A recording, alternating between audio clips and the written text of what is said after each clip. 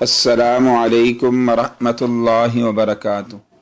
On line teacher کی جانب سے خوش آمدید۔ مولانا جلال الدین رومی رحمۃ اللہ علیہ فرماتے ہیں، رسول اللہ صلی اللہ علیہ وسلم کی بارگاہ اقدس میں ایک کافر عورت بچہ اٹھائے آزمائش اور امتحان کی غرض سے حاضر ہوئی۔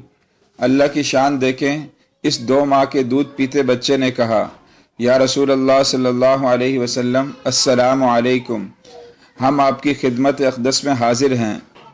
ماں کے چہرے کا رنگ زرد ہو گیا اور غصے سے کہنے لگی، خبردار، خاموش، یہ گواہی تیرے کان میں کس نے سکھا دی؟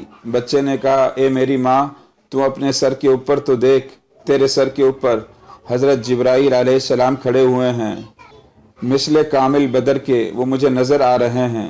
وہ فرشتہ مجھے وصف رسول صلی اللہ علیہ وسلم سکھا رہا ہے اور کفر و شرک کے ناپاک علوم سے خلاصی دلا رہا ہے۔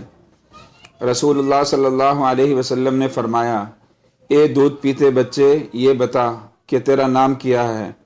بچے نے کہا، میرا نام حق تعالیٰ کے نزدیک عبدالعزیز ہے، مگر ان مشرکوں نے میرا نام عبد عزیٰ رکھا ہے۔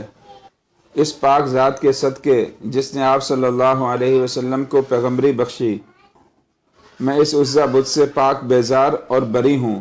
حضور پاک صلی اللہ علیہ وسلم کی نگاہ کے صدقے جنت سے اس وقت ایسی خوشبو آئی جس نے بچے اور اس کی ماں کے دماغ کو معطر کر دیا۔ جس شخص کا خدا خود نگہبان ہو، اس کا تحفظ وہ خود ہی کرتا ہے۔ بچے کے ساتھ ماں بھی ایمان اسلام کی دولت سے مالا مال ہو گئی۔ اس نے اسی وقت کلمہ شہادت پڑھا اور مسلمان ہو گئی۔ سبحان اللہ۔